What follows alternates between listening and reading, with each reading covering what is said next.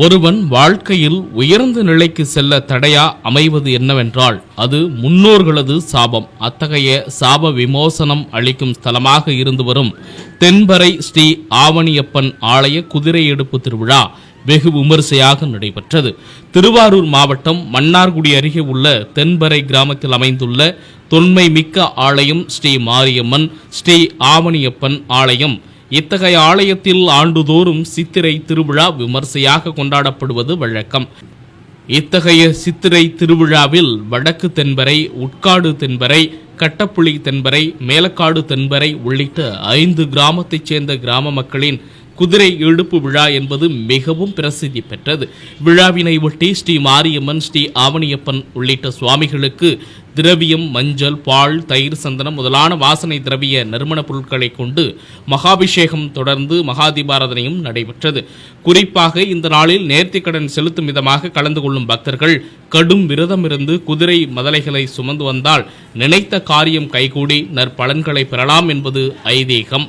அதன்படி மனிதனுக்கு உலகிலேயே தீர்க்க முடியாத ஒரு பிரச்சனை உண்டு என்றால் அது முன்னோர்களது சாபம். அத்தகைய முன்னோர்களது சாபத்திலிருந்து விமோசனம் அளிக்க வேண்டியும், திருமண தடை நீங்கிடவும், குழந்தைகள் கல்வி மேம்படவும், தொழில் அபிவிருத்தி அடையவும் குதிரை மதலைகளை சுமந்து ஸ்ரீ மாரியம்மன், ஸ்ரீ ஆவணியப்பனை பக்தர்கள் மனமுருக வழிபட்டனர்.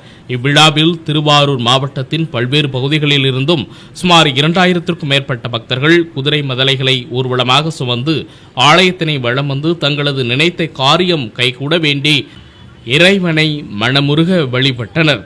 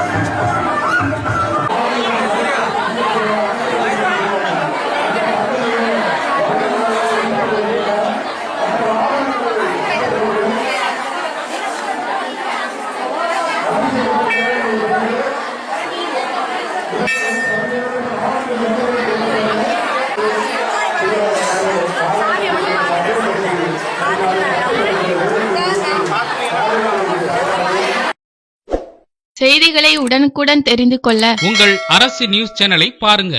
சேனலை சப்ஸ்கிரைப் பண்ணுங்க.